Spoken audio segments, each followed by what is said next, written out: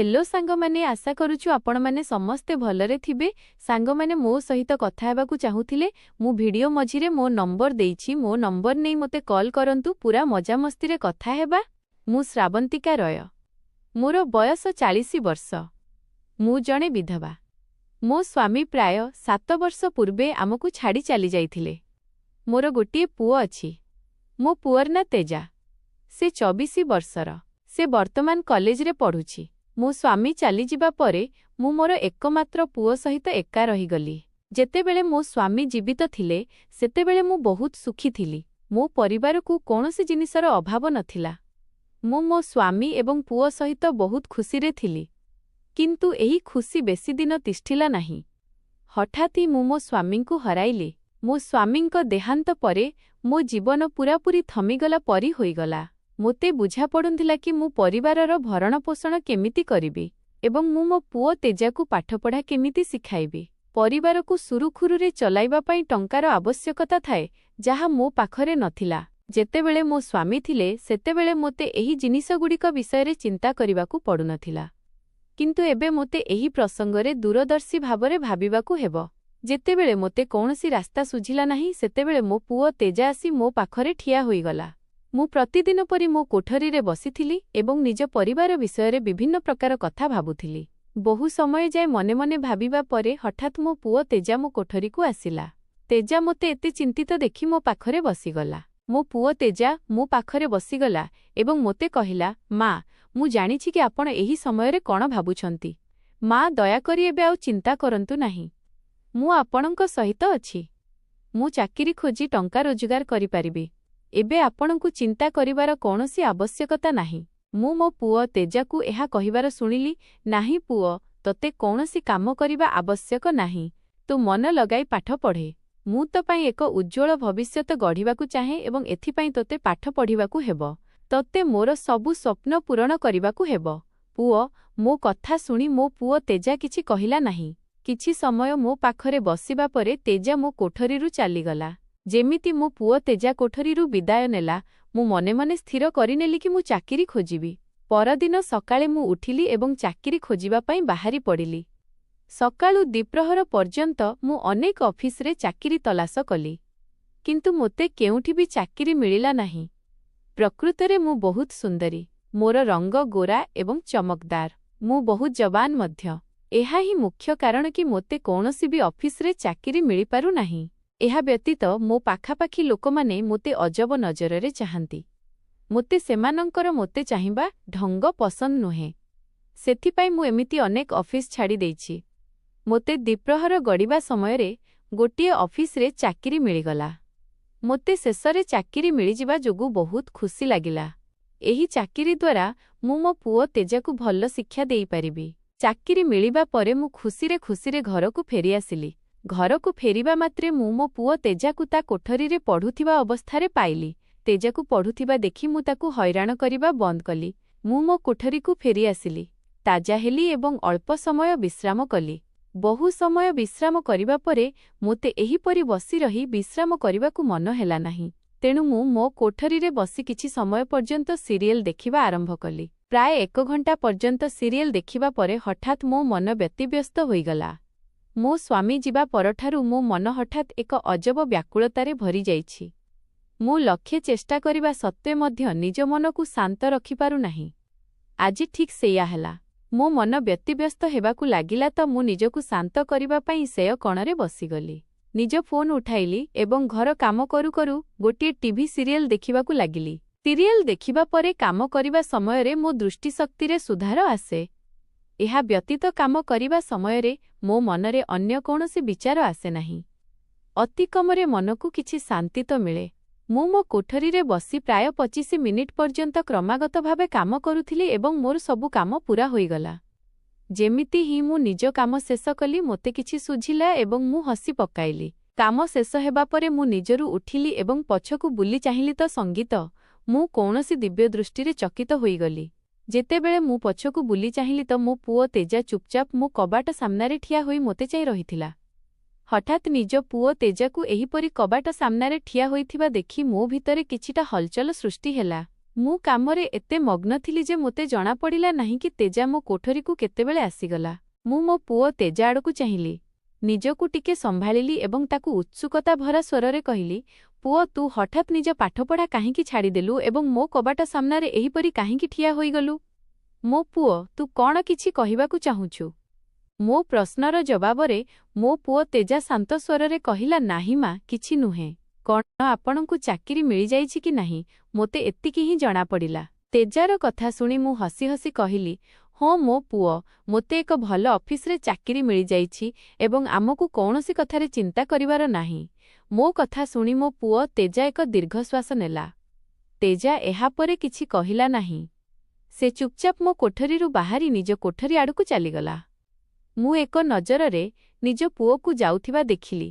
ମୋ ସ୍ୱାମୀ ଯିବା ପରଠାରୁ ମୁଁ ମୋ ପୁଅ ତେଜା ଭିତରେ ବହୁତଗୁଡ଼ିଏ ପରିବର୍ତ୍ତନ ଦେଖିଛି।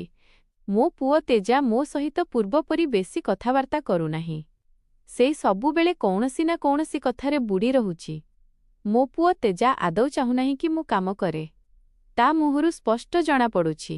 କିନ୍ତୁ ଯଦି ମୁଁ କାମ କରିବି ନାହିଁ, ତେବେ ନିଜ ପୁଅ ତେଜାର ପାଠପଢ଼ା ଖର୍ଚ୍ଚ କେମିତି ଉଠାଇବି? ମୁଁ ସେଠାରେ ବସି ରହିଲି ଏବଂ ମନେ ମନେ ଏହି କଥାଗୁଡ଼ିକ ବିଷୟରେ ଭାବୁଥିଲି। ସନ୍ଧ୍ୟା ହେଉ ହେଉ ଯେତେବେଳେ ଖାଇବା ସମୟ ହେଲା ତ ମୁଁ ମୋ ପୁଅ ତେଜାକୁ ଡାକିବା ପାଇଁ ତା କୋଠରୀକୁ ଗଲି। ଯେମିତି ହିଁ ମୁଁ ମୋ ପୁଅ ତେଜାର ଘରେ ପହଞ୍ଚିଲି ଏବଂ କବାଟ ବାଡ଼େଇଲି, ମୋତେ ଜଣାପଡ଼ିଲା କି ତେଜା କବାଟ ଭିତରୁ ବନ୍ଦ କରି ରଖିଛି। ନିଜ ପୁଅ ତେଜାର ଘରର କବାଟ ଏହିପରି ବନ୍ଦ ଦେଖି ମୁଁ ଟିକେ ଆଶ୍ଚର୍ଯ୍ୟ ହୋଇଗଲି। ମୋ ପୁଅ ତେଜା କେବେ ବି ଏହିପରି କବାଟ ବନ୍ଦ କରେ ନାହିଁ। ମୁଁ ତେଜାର କବାଟ ସାମ୍ନାରେ ଠିଆ ହୋଇ ତାକୁ ଅନେକ ଥର ଡାକିଲି। କିନ୍ତୁ ତା ତରଫରୁ କୌଣସି ଜବାବ ଆସିଲା ନାହିଁ। ମୋତେ ତ ଏହା ମଧ୍ୟ ବୁଝାପଡ଼ୁନଥିଲା କି ମୋ ପୁଅ ତେଜା ନିଜ କୋଠରୀରେ ବସି କ'ଣ କରୁଛି। ମୁଁ କିଛି ମିନିଟ୍ ପର୍ଯ୍ୟନ୍ତ ଚୁପଚାପ ତେଜାର କୋଠରୀ ସାମ୍ନାରେ ଠିଆ ହୋଇ ରହିଲି। ତାପରେ ମୋ ପୁଅ ତେଜା ନିଜ କୋଠରୀରୁ ବାହାରକୁ ଆସିଲା। ଯେମିତି ହିଁ ମୋ ପୁଅ ତେଜା ନିଜ କୋଠରୀରୁ ବାହାରକୁ ଆସିଲା, ମୋ ନଜର ତା ଉପରେ ପଡ଼ିଲା। ମୁଁ ତେଜାକୁ ଦେଖିଲି ଏବଂ ଦଙ୍ଗ ରହିଗଲି। ମୋ ପୁଅ ତେଜା ଝାଳରେ ପୂରାପୂରି ଭିଜିଯାଇଥିଲା। ତେଜାକୁ ଦେଖି ଲାଗୁଥିଲା କି ସେ ବହୁ ସମୟ ଧରି ପରିଶ୍ରମ କରୁଛି। ନିଜ ପୁଅ ତେଜାକୁ ଏହିପରି ଝାଳ ବୁହାଉଥିବା ଦେଖି ମୁଁ ଟିକେ ଆଶ୍ଚର୍ଯ୍ୟ ହେଲି ଏବଂ ଉତ୍ସୁକତା ଭରା ସ୍ୱରରେ ତାକୁ ପଚାରିଲି, ପୁଅ, ତୁ ଏତେ ଝାଳ କାହିଁକି ବୁହାଉଛୁ? କ'ଣ ହେଲା ପୁଅ? ସବୁ ଠିକ୍ ଅଛି। ମୋ ପ୍ରଶ୍ନର ଜବାବରେ ମୋ ପୁଅ ତେଜା ଶାନ୍ତ ସ୍ୱରରେ କହିଲା, ମୁଁ ଠିକ୍ ଅଛି ମା, ଚାଲ ଖାଇବାକୁ ଯିବା। ଏହା କହି ତେଜା ଖାଇବା ମେଜ୍ ଟେବୁଲ ଆଡ଼କୁ ଚାଲିଗଲା।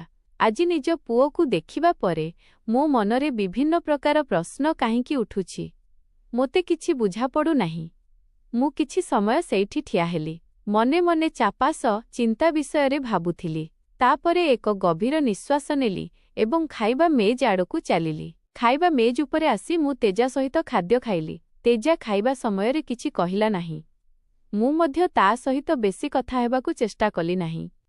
ଖାଦ୍ୟ ଶେଷ ହେବା ମାତ୍ରେ ତେଜା ନିଜ କୋଠରୀକୁ ଫେରିଗଲା। ତେଜା ଯିବା ପରେ ମୋତେ ମଧ୍ୟ ନିଦ ଆସିଗଲା। ଶୋଇବା ପାଇଁ ମୁଁ ମୋ କୋଠରୀକୁ ଫେରିଆସିଲି। ମୁଁ ମୋ କୋଠରୀକୁ ଫେରିଲି ଏବଂ ସେୟାରେ ଶୋଇପଡ଼ିଲି। ମୁଁ ମୋ ସେୟାରେ ଶୋଇ ରହିଥିଲି। ବିଲକୁଲ। କିନ୍ତୁ ଆଜି ମୋତେ ବିଲକୁଲ ନିଦ ଆସୁନାହିଁ। ମୋ ମସ୍ତିଷ୍କ ତେଜାର ଚିନ୍ତାରେ ଭରି ରହିଛି। ମୋ ପୁଅ ତେଜା ଦିନ ସାରା ଘରେ କବାଟ ବନ୍ଦ କରି କାହିଁକି ବସି ରହୁଛି? ମୁଁ ବହୁ ସମୟ ଧରି ଏହି ବିଷୟରେ ଭାବୁଛି। ମୁଁ ସେୟାରେ ଶୋଇ ରହି ନିଜ ପୁଅ ତେଜା ବିଷୟରେ ଭାବୁଥିଲି। ତେଜା ବିଷୟରେ ଭାବିବା ମାତ୍ରେ ମୋ ମନ ବ୍ୟତିବ୍ୟସ୍ତ ହୋଇଗଲା, ମାନେ କୌଣସି ସ୍ୱପ୍ନ ପରି। ମୁଁ ଗୋଟିଏ ଜାଗାରେ ସ୍ଥିର ହୋଇ ରହିପାରୁନଥିଲି। ମୁଁ ନିଜ ମନକୁ ଶାନ୍ତ କରିବାକୁ ବହୁତ ଚେଷ୍ଟା କଲି। କିଛି ଫାଇଦା ହେଲା ନାହିଁ।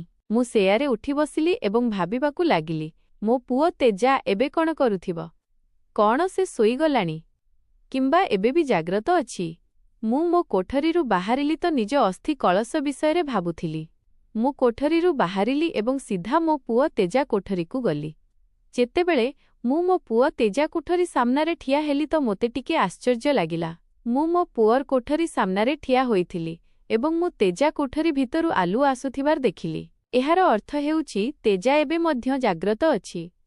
କଥା କେବଳ ଏତିକି ନୁହେଁ କି ତେଜା କୋଠରୀରେ ବତି ଜଳୁଛି। ତେଜା କୋଠରୀରୁ କିଛି ଶବ୍ଦ ଆସୁଥିଲା। ମୁଁ ସେହି ଶବ୍ଦଗୁଡ଼ିକୁ ଶୁଣି ଟିକେ ଆଶ୍ଚର୍ଯ୍ୟ ହେଲି। ମୋ ମନରେ ବିଭିନ୍ନ ପ୍ରକାର ବିଚାର ଆସିବାକୁ ଲାଗିଲା। ମୋତେ ଜାଣିବାରେ ହିଁ ଥିଲା କି ତେଜା କୋଠରୀ ଭିତରୁ ଏହି ଶବ୍ଦ ଆଖିର କେଉଁଠୁ ଆସୁଛି ଏବଂ ତେଜା ଘର ଭିତରେ ରହି ସବୁ ସମୟରେ ନିଜ ଘରର କବାଟ ବନ୍ଦ କରି କ'ଣ କରେ।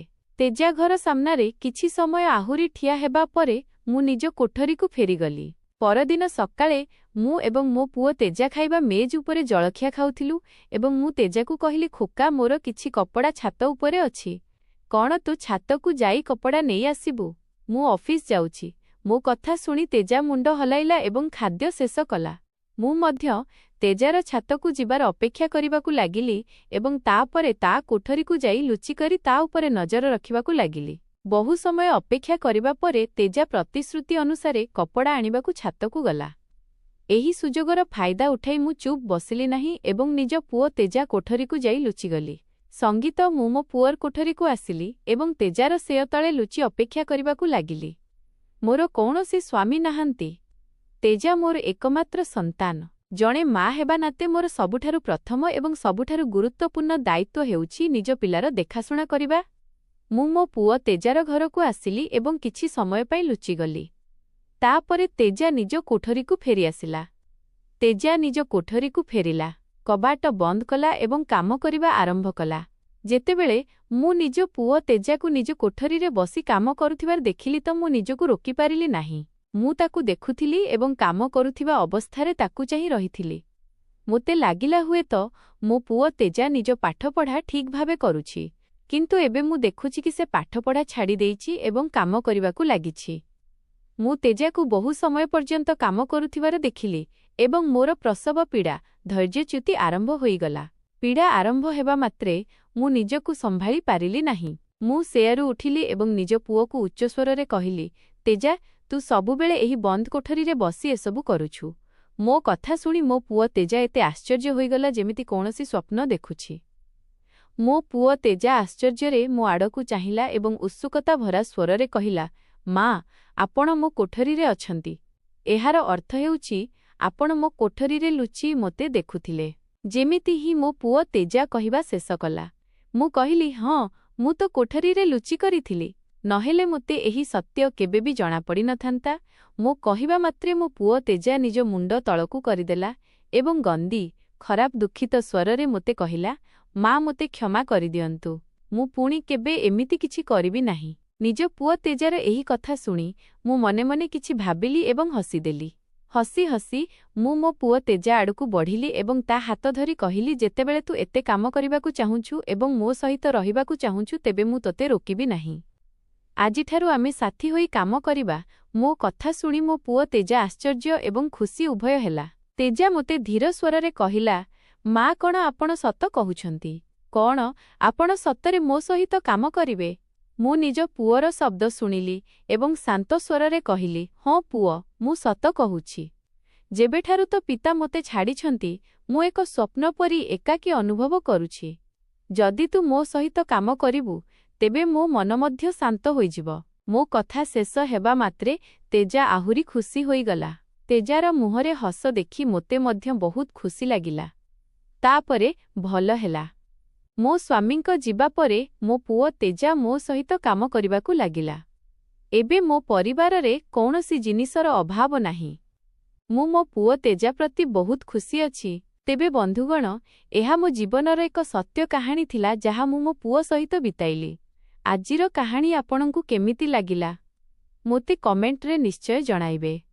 ପ୍ରିୟ ବନ୍ଧୁଗଣ, ଆଜିର ଭିଡିଓ ଏଇଠି ଶେଷ ହେଉଛି।